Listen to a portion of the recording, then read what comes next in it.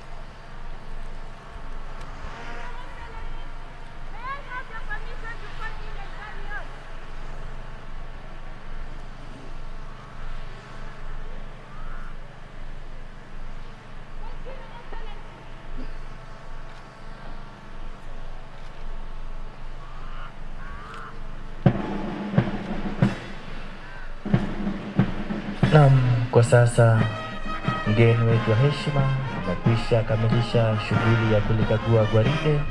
Kwa sasa akielekea kwenye jukwaa ili awatuze waliofanya vyema zaidi katika nyanja mbalimbali. Itakumbukwa kwamba kwa sababu ya ugonjwa wa korona, Mheshimiwa Rais hataweza kuzishika zile tuzo bali atashuhudia tu. Asanteni.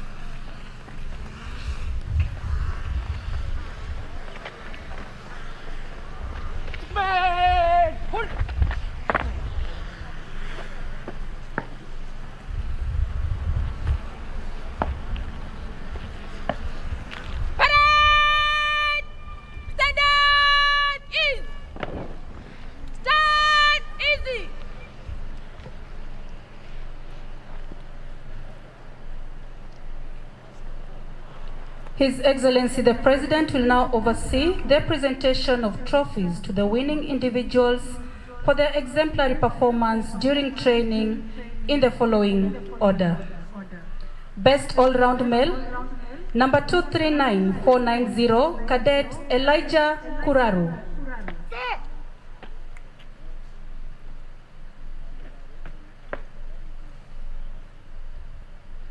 He will be awarded a trophy.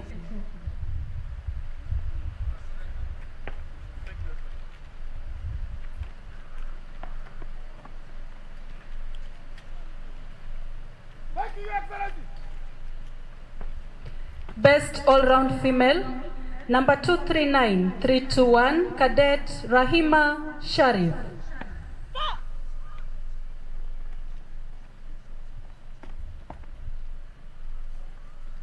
She will be awarded a trophy. Thank you, Your Excellency. Thank you, Your Excellency. Best in Academics, number 239479, Cadet Michael Kabara.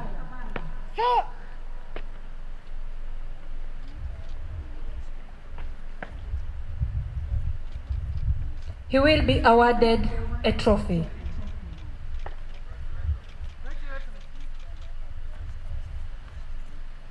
Thank you, Your Excellency.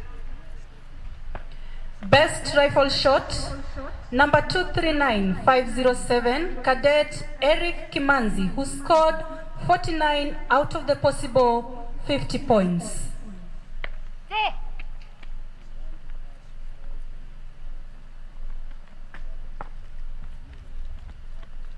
He will be awarded a trophy.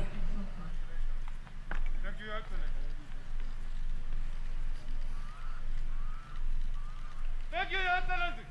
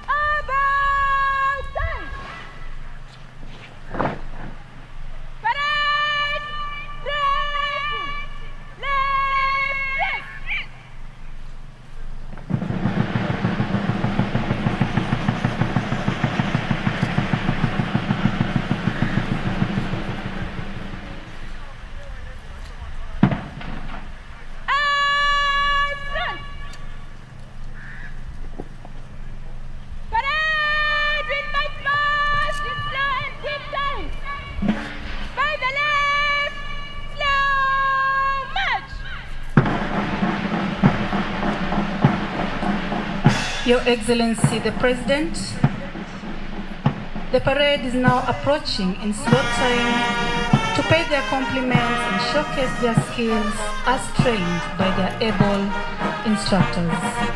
Thank you.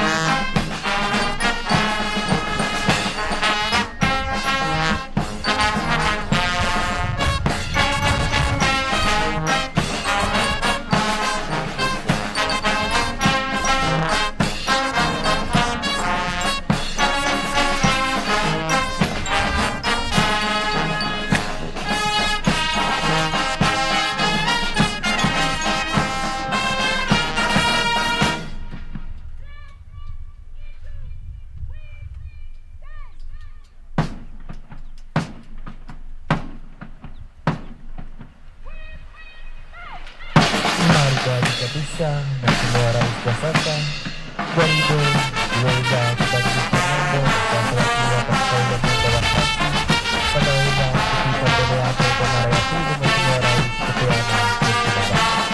Asante.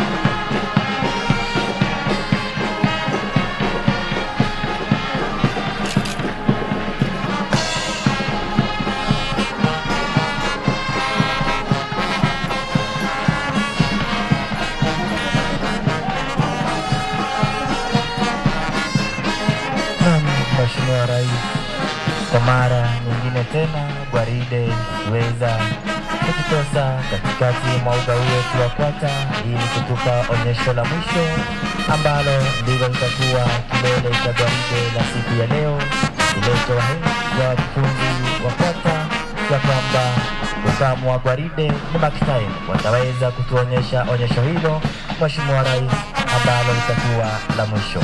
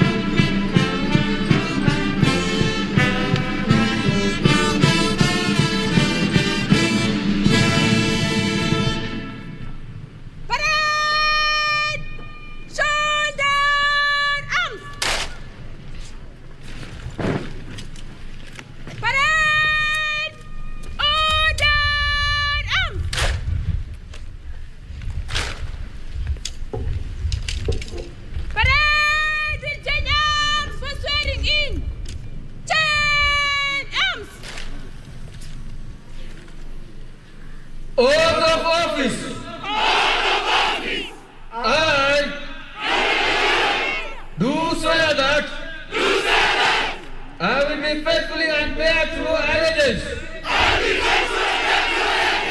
to the Constitution and the President of Kenya, during my service in the Kenya Police, without favor or affection, malice or ill will, that at all times do my utmost to preserve the peace and to prevent offense against the peace, that while I shall continue to hold the said office to the best of my skill and knowledge, will discharge all duties thereof, faithfully according to law, and I will subject myself to the Constitution, all acts, orders and regulations, now or in future in service, relating to my service in the Kenya Police Service, and that I will discharge all the duties of a police officer according to law, without fear, favor, affection or ill will. So help me God. Parade! Chain arms! Parade! Stand east! Stand easy!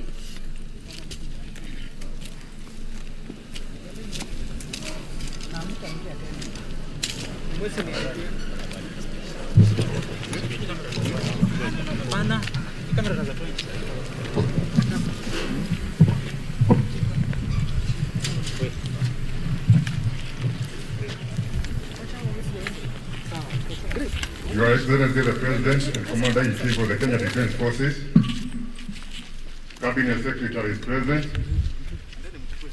Chief Administrative Secretary and Permanent Secretary is present, senior officers present, invited guests, passing out cadets. I wish to take this opportunity to invite all guests to National Police College Main Campus, Kiganjo. We have had a chance of talking to these 298 cadets. This is the first one in the history of the Kenya Police Service to recruit such a big number.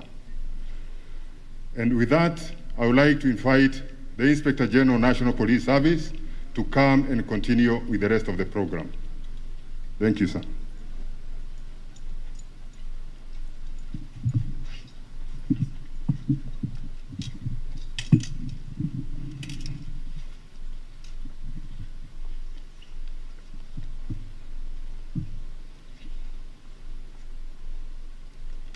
Your Excellency the President and Commander-in-Chief of the Defense Forces, Cabinet Secretaries present, Principal Secretaries present, Service Commanders present, members of the National Police Service Commission, senior members of the National Police Service, distinguished guests, graduates, ladies and gentlemen.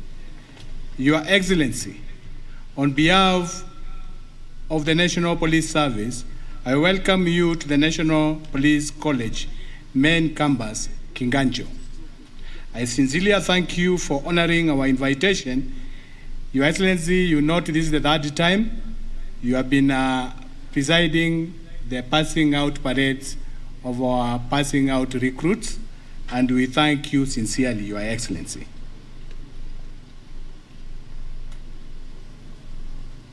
These officers were taken through a very comprehensive curriculum with relevant theoretical and practical exposures designed to equip them with competencies and desirable characters of aspired ranks.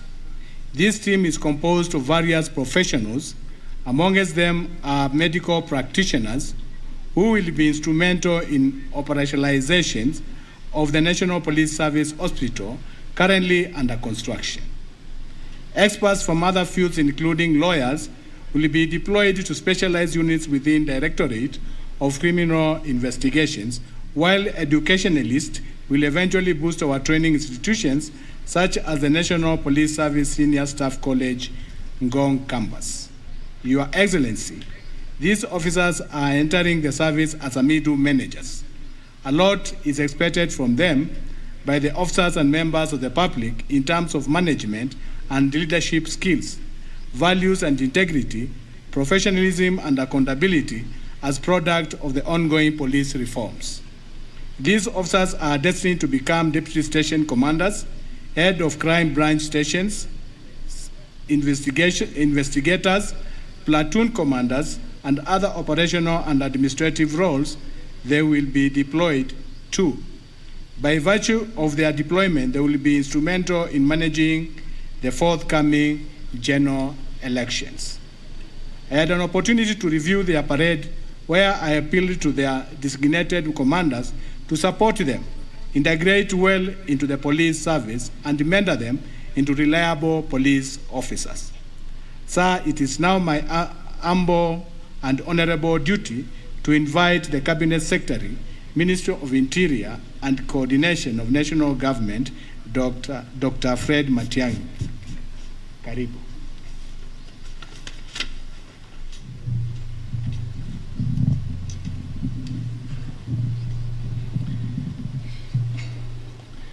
Your Excellency, our President and the Commander-in-Chief of the Kenya Defence Forces, my Cabinet colleagues present here, the Honorable Minister for Defence, Honorable Eugene Wamalwa, the Honorable Minister for Energy, my sister and colleague Monica Juma, and my brother and colleague, the Minister for Defence and Veteran Affairs of the Republic of Uganda, who has graciously attended this occasion at the invitation of Your Excellency the President, the Chief Administrative Secretaries present here, senior officials from the Ministry of Interior, led by my two colleagues, PS Interior Engineer Kibicho and PS Correctional Services, Madam Savina Kwekwe, the honorable members of Parliament who are with us here, especially the members of Parliament of the Security Committee in the National Assembly, senior leaders who are here from the entire of our police command and heads of our security agencies, Commissioner General, Prison Service, the representative of the CDF, the cadets, ladies and gentlemen. Your Excellency, you write another chapter in this country's wonderful history today. With the passing out of the 298 cadets, Your Excellency, you have achieved a historic feat, because this is the first time ever since independence we are having direct admission of police cadets who have been trained here. This is in line with the plan that you gave the country when you came to office of moving our national police service to global standards in terms of its capacity and its performance. I personally thank the Lord, Your Excellency, because I sat through this, and my colleagues who are here, like Ambassador Juma, remember how committed you have been to ensure that you bring our security sector to this level. And from this day forward, a new chapter is opened in the manner in which we equip and capacitate the leadership and management of our police service. We will be better, more responsive, more focused, and committed to the law in terms of ensuring law and order in our country. Your Excellency, on my own behalf, and on behalf of my colleagues at the Ministry of Interior, I can't thank you enough for the leadership you have given us. It takes leadership to get where we are today, and it's absolutely because of your commitment that we have come to this point, not just in this service, but in many sectors of our security departments in the country. Finally, sir, I would like to commit on behalf of my colleagues from the ministry and the entirety of our internal security sector that we are ready under your command to follow the instructions you have given us to ensure that we keep our country secure and safe, and that we are prepared to preside over and to support the IEBC to conduct the general elections this year. We will do so strictly according to the law. There are times when we are asked to do things that are not within the law. We will do so strictly according to the law, Your Excellency, as you have instructed us and as we are established by law. And all these officers, and I can speak on behalf of all my wonderful colleagues, are ready to do their bit. So, sir, we thank you for what you have done to us as citizens of this country and for the solid leadership you have shown and how you have brought us to this point in our country. And ladies and gentlemen, all of us today are looking forward to listening to our president, and it's therefore my distinct privilege, honor, and pleasure to request you to be upstanding as I invite His Excellency, our President, to speak to us and preside over this ceremony. Your Excellency, sir. Thank you, Fred. Please be seated.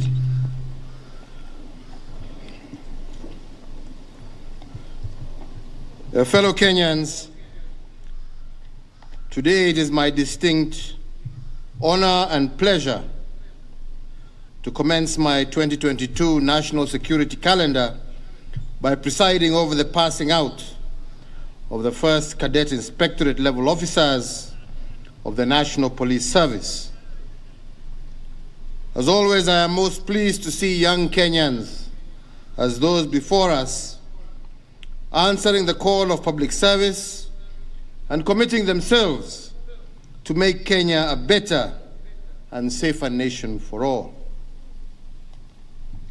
Today's parade comes barely after two other pass-out parades, first of the Administration Police, the second of the General Service Unit of our National Police Service, and adding today's numbers, the total number of police officers who have graduated under my administration stands at 35,400.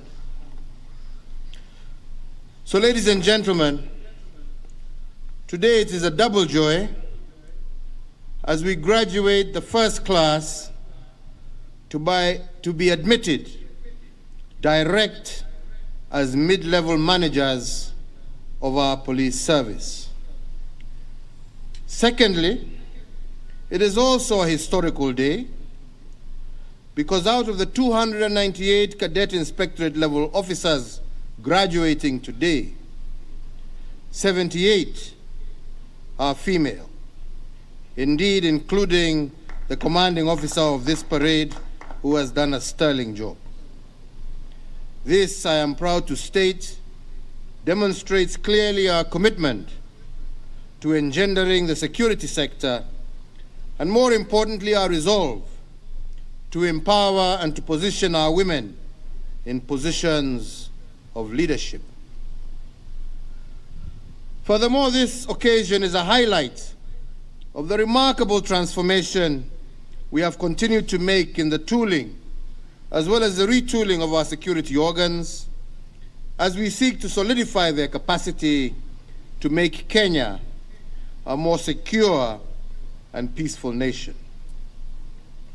So you graduates, it is against this backdrop that I feel most privileged today to receive your salute at your passing out parade, and I join your families, relatives, friends in congratulating you for this noble achievement. Let me also register my appreciation to the entire leadership of the Ministry of Interior, led by your Cabinet Secretary, the leadership of the National Police Service, the college commandant, and all the trainers who have coached, mentored, and instructed these cadets To you I say congratulations for a job indeed well done. And to the graduates, ahead of you lies years of service to the people of Kenya. You are joining the security sector at a time when we are implementing significant reforms in the security sector with a view to restore the place of pride of our security organs. At the same time, the Kenyan society at large is also experiencing significant transformation, particularly in terms of expectations of our citizens. Therefore, you should expect Kenyans to demand more of your quality service than any other previous crop of officers. I am, however, confident that if you apply your training, maintain your discipline, but most importantly, your integrity, and faithfully follow the orders of your superior officers, you will have a long, distinguished, and rewarding career in the police service. I therefore urge you to rise to the challenge and to exceed the expectations of many. Serve with dignity, integrity, honor, and valor. And in everything you say or do, whether in uniform or outside of it, remember that you represent the entire police service and the government's solemn commitment to the people of Kenya to serve and protect them. Ladies and gentlemen, strengthening the security sector has been a priority agenda for me, underpinned by our recognition of the importance of security to the realization of sustained socio-economic development. This noble agenda has been realized through an acceleration of security sector reforms, enhanced resourcing, and modernizing of the police service in our effort to make it well prepared and resourced in surmounting the dynamic, existential, and emerging security challenges. These initiatives have seen police officers undergo a new training curricula, receive modern equipment, and have available to them better support and welfare benefits. I will mention just a few of the reform actions that we have taken. To boost service delivery and efficiency at work, we adopted the motor vehicle leasing program for the police service. This game changer has resulted in an end to the mobility challenges that used to face the police officers across our country. It has also increased police visibility and improved the response time to security incidences. I am also aware that the welfare of police officers is also a major factor contributing to their performance. And in that regard, that is why we heralded a new dawn of comprehensive medical insurance cover for all National Police and Kenya Prison Service officers, and the cover which is currently in place is benefiting the officers and their immediate families. Similarly, we took steps to improve police accommodation, particularly through the introduction of rental house allowances, and these too are the many initiatives that my administration has put in place to bolster the welfare of our police. Fellow Kenyans, the path to a more secure Kenya hinges on a multi-agency approach in tackling security issues.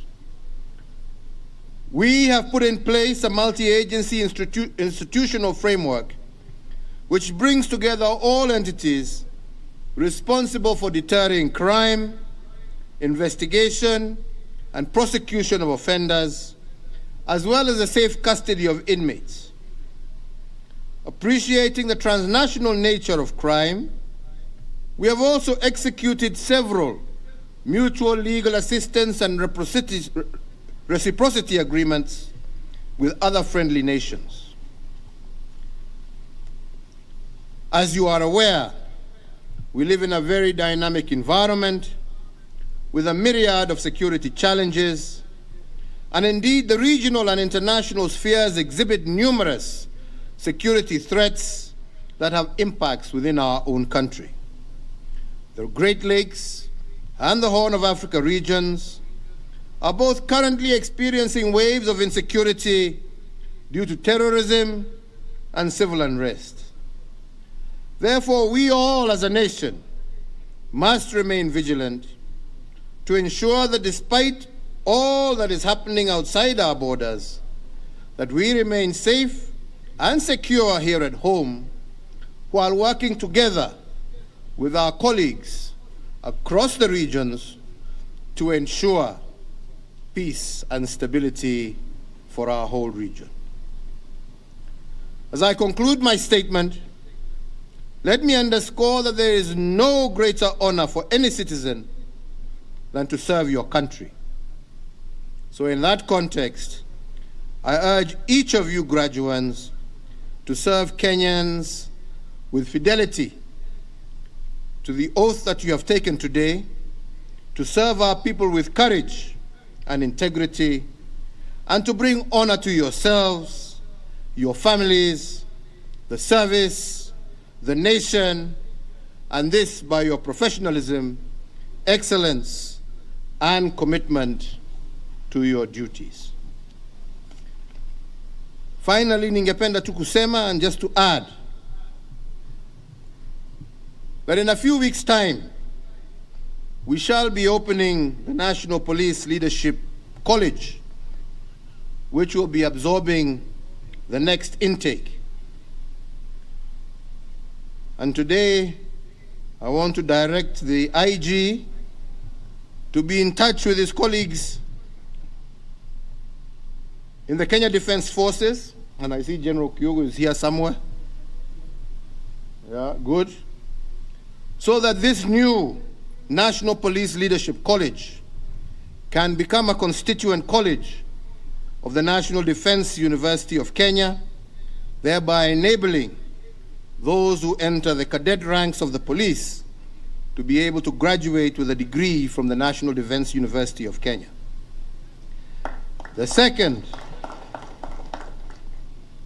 and this not only to you graduates, but to all who serve in our National Police Service, I want to reiterate once again that you must not allow political intimidation to interfere with your work. In line with your oath of office, you are supposed to execute your work without fear or favor and without any intimidation from any quarter. Mufanye kazi yenu kulingana na sheria bila kujali huyu ni nani na yule ni nani. Muhalifu ni muhalifu, awe ni nani. Na hiyo nawahimizia tena ya kwamba lazima mufanye namna hiyo. Ya pili has to do with the case of rising vandalism against some of our national infrastructural projects. As we have seen vandalism of different signboards being taken down.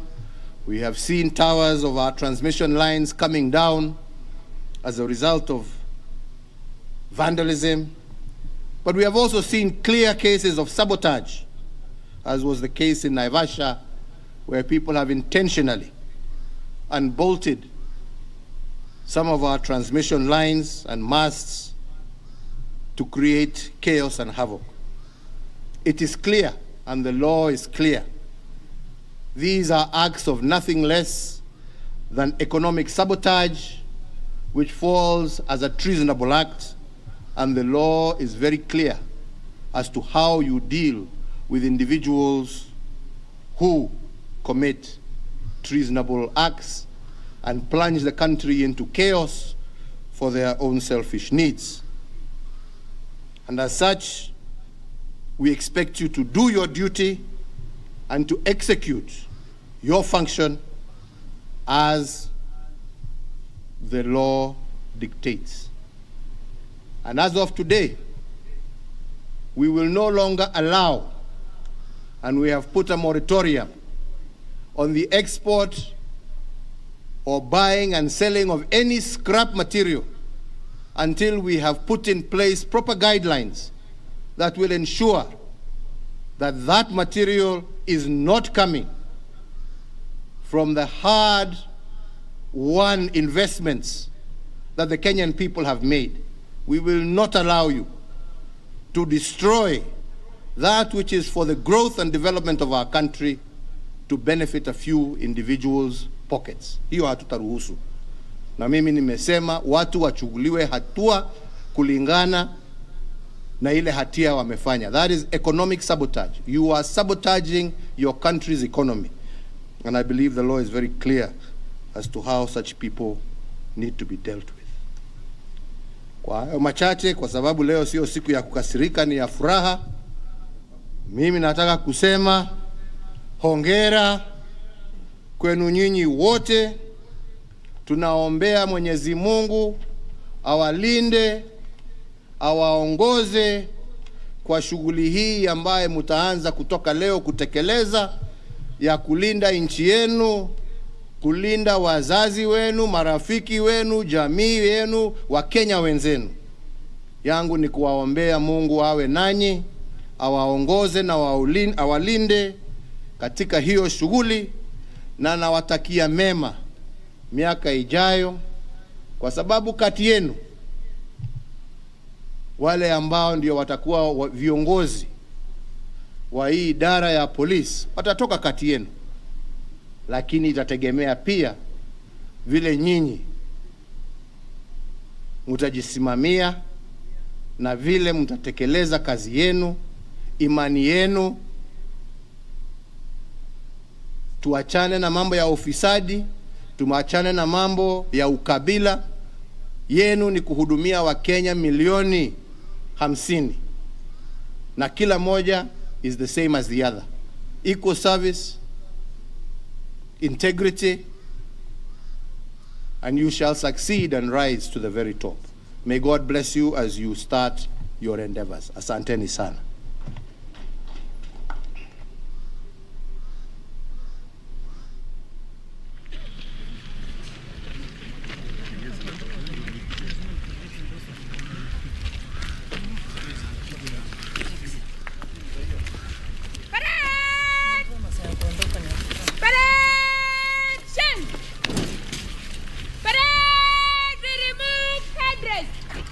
Remove headdress. 3 cheers for His Excellency, the President. Hip, hip. Hooray! Hip, hip. Hooray! Hip, hip. Hooray! Replace headdress.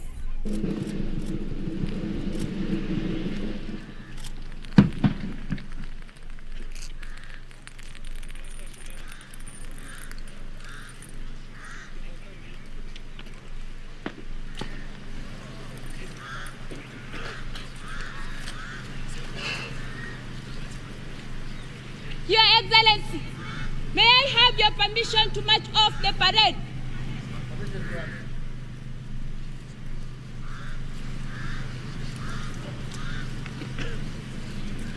Thank you, Your Excellency.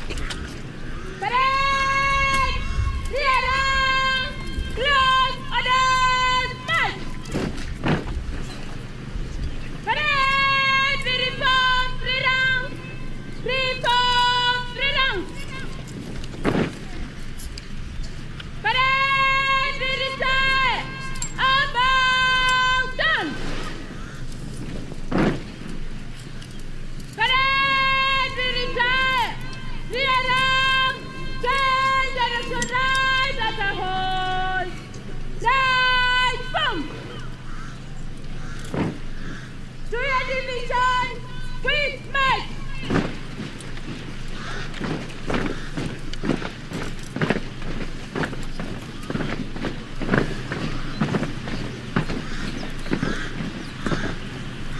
Parade, advance, about time. Parade, dressing, let's dress.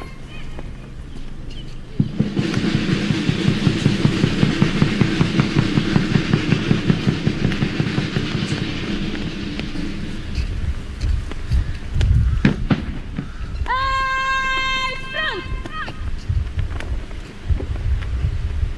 Parade will move on to your duties. By the left, with march.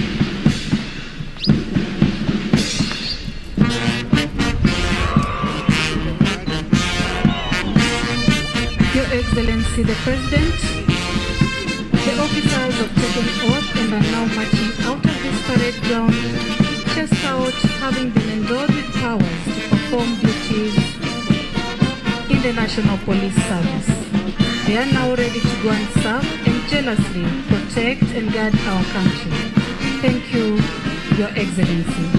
I will now invite my co-announcer in Swahili language, Police Constable Isaac Hatari. Thank you. Shukran mwenzangu katika lugha ya Kimombo, Inspekta Maureen Oracha. Mheshimiwa Rais, kwa sasa maafisa hawa wakiwa wameshakula kiapo, sasa wakiondoka kutoka uga wetu wa Kwata kwenda kulitumikia taifa letu la Kenya katika hali yoyote, katika vilevile nyanja zozote zile, bila ubaguzi wowote, uwe wa kirangi ama wa kikabila. Asante Mheshimiwa Rais.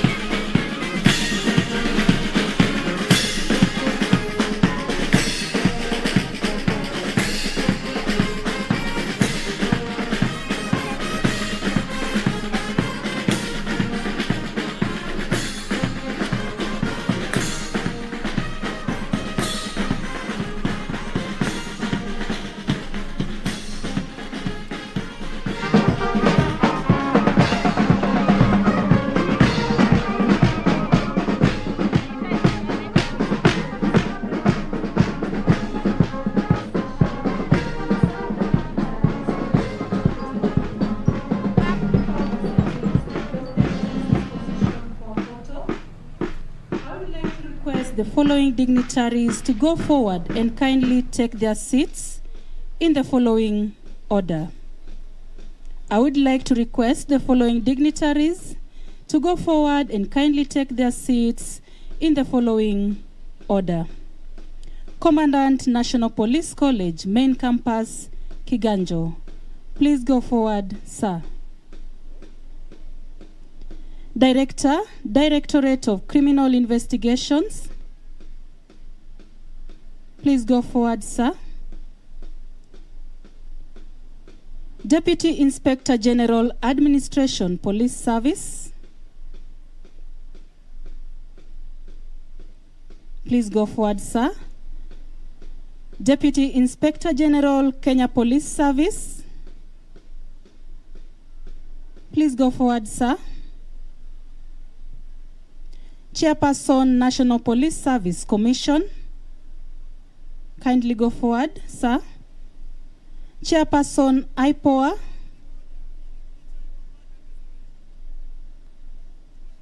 Chief Administrative Officer, Interior, Hussein Dado. Kindly go forward, sir.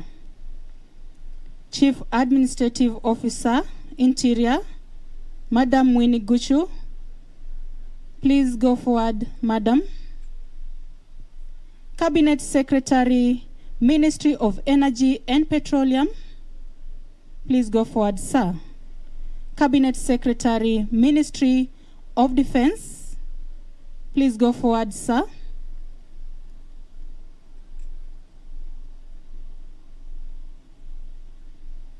I will now request the Inspector General, National Police Service, and the Cabinet Secretary, Ministry of Interior and Coordination of National Government, to accompany His Excellency the President to his seat for a photo session. Thank you.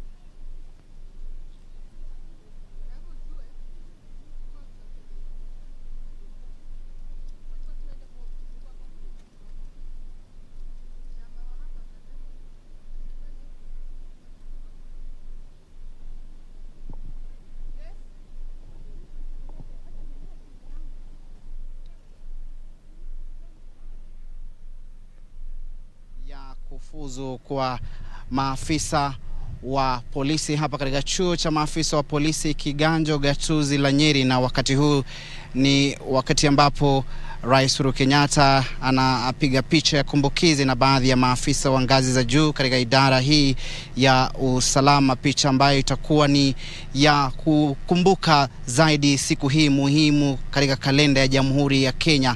Kama alivyodokeza Rais Uhuru Kenyatta, siku hii tangia taifa hili liweze kupiga hatua kubwa katika masuala ya mageuzi katika idara ya usalama, katika lugha ya King'eng'e police reforms.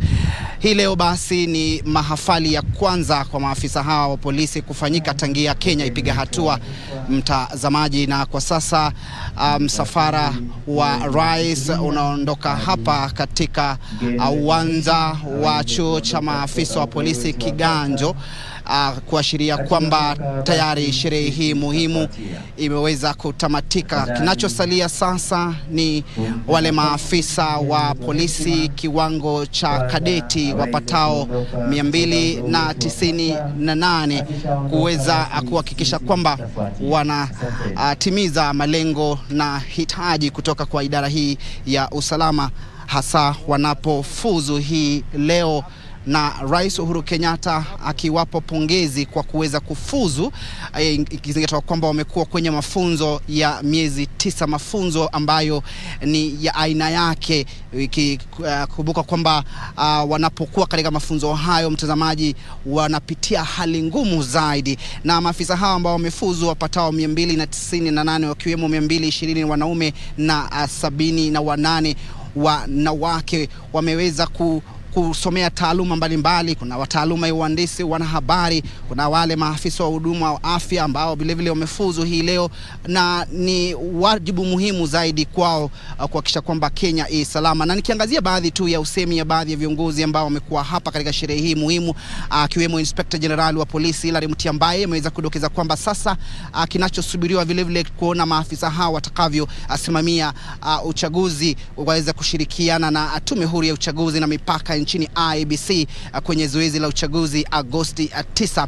Na vilevile waziri wa usalama Dr. Fred Matiang'i akiangazia mabadiliko ambayo yameweza kufanyika katika idara hii ya usalama, na kusema kwamba wao kama idara wameweza kupiga hatua kubwa zaidi. Kiongozi wa taifa ambaye ndiye amiri jeshi mkuu wa majeshi yote ya ulinzi akiangazia ile vilevile hatua ambayo ameweza kupiga kama kiongozi tangu achukue hatamu za uongozi mwaka 2013, hasa katika idara hii ya usalama, akijivunia na kujipiga kifua idadi ya maafisa ambao wameweza kufuzu chini ya uongozi wake, akidokeza kwamba ni maafisa wapatao 35,400.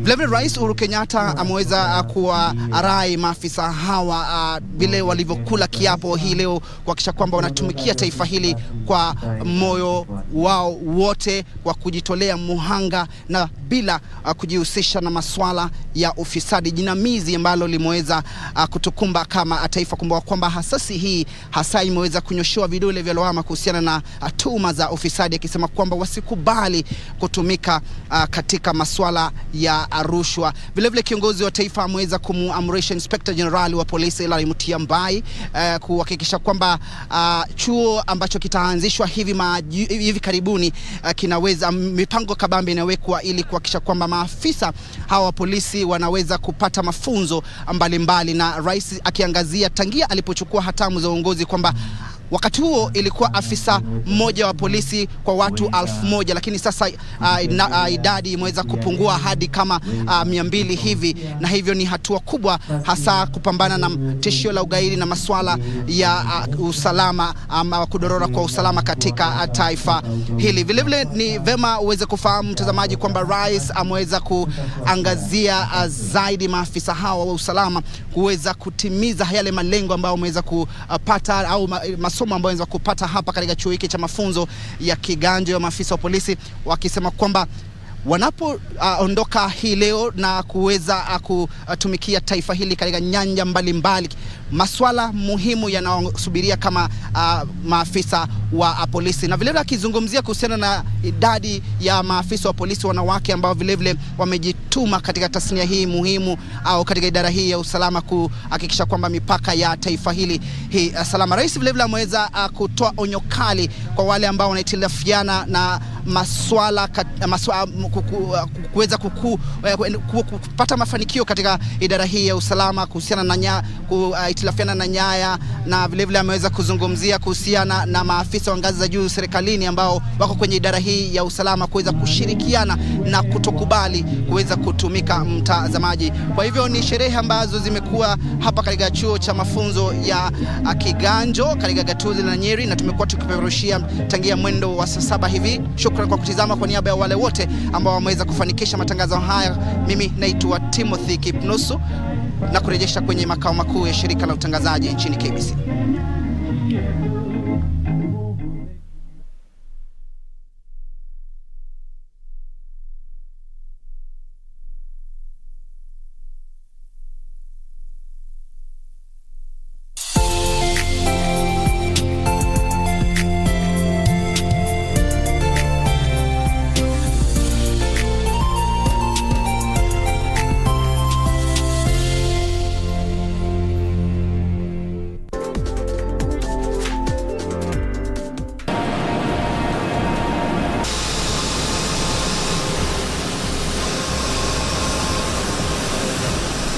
process